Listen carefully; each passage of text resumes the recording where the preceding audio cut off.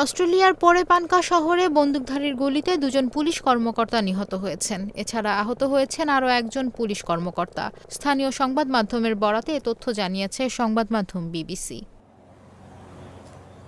অস্ট্রেলিয়ার পুলিশ জানিয়েছে মেলবোর্ন থেকে প্রায় ৩০০ কিলোমিটার উত্তর পূর্বে পোরেপানকা এলাকায় একটি সক্রিয় অভিযান চলছে। অভিযান চলাকালে গুলিতে নিহত হন ২ পুলিশ কর্মকর্তা।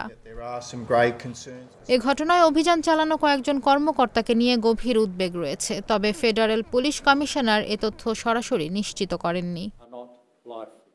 ভিডিওতে দেখা গেছে পুলিশের অনেকগুলো গাড়ি এবং একাধিক অ্যাম্বুলেন্স দ্রুত গতিতে ঘটনাস্থলের দিকে ছুটে যাচ্ছে। ঘটনাস্থলের আশেপাশের এলাকা এড়িয়ে যাওয়ার পরামর্শ দিয়েছে কর্তৃপক্ষ।